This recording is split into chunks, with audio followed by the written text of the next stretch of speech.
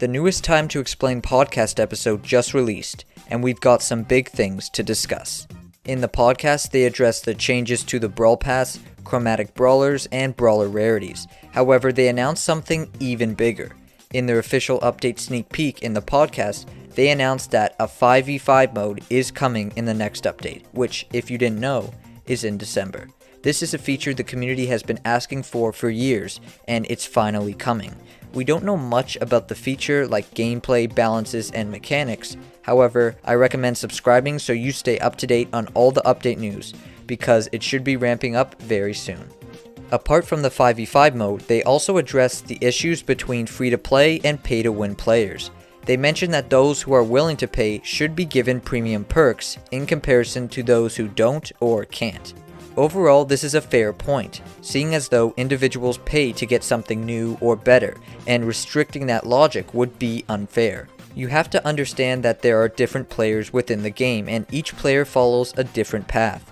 It's important for the devs to make sure that each player is accounted for fairly, and that includes pay-to-win players. If paying players didn't exist, then Brawl Stars wouldn't exist either. This is why they are making changes that are controversial but overall good for the game. Even though the Brawl Pass changes might seem bad, I'm sure once we are given more information and actually see it for ourselves, it might be way better than we thought it would be originally.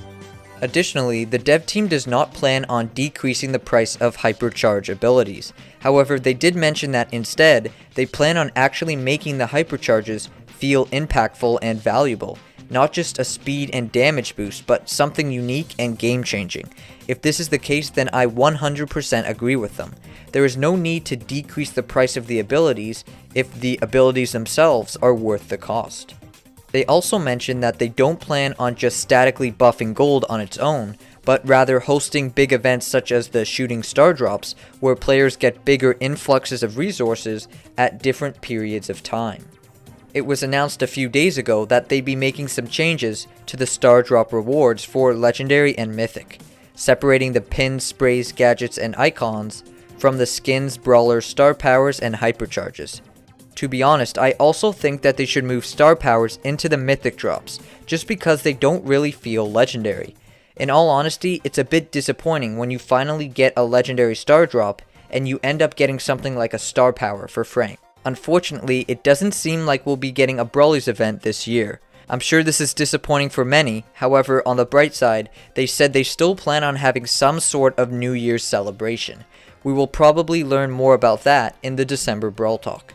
My question was also answered on the podcast. I asked them what features they would like to see in Brawl Stars in the future. Paula said that she would like to have more ways to play with brawlers she likes, presumably a story or a campaign mode, which has been a highly requested feature for a long time by the community. Ryan and Lex both hope to see future updates to the map maker feature. It has a lot of potential and unfortunately has been brushed to the sidelines, and because of that has seen a drastic decrease in popularity. In terms of the Brawl Stars lore, it was mentioned that they plan on having it be a consistent theme going forward, whilst also having bigger lore breakthroughs every so often, this CCTV campaign being one of them. In closing, I would also like to personally thank Danny for mentioning me as one of the creators he is most happy about. I've been working very hard on both theories and expanding my niche, while also staying true to what I enjoy creating the most. Getting recognition directly from the Brawl Stars team is truly amazing. Thank you all for watching. Please like and subscribe and use code Michael in the shop of any Supercell game to support me and my channel. And of course, until next time, I'll see you guys later.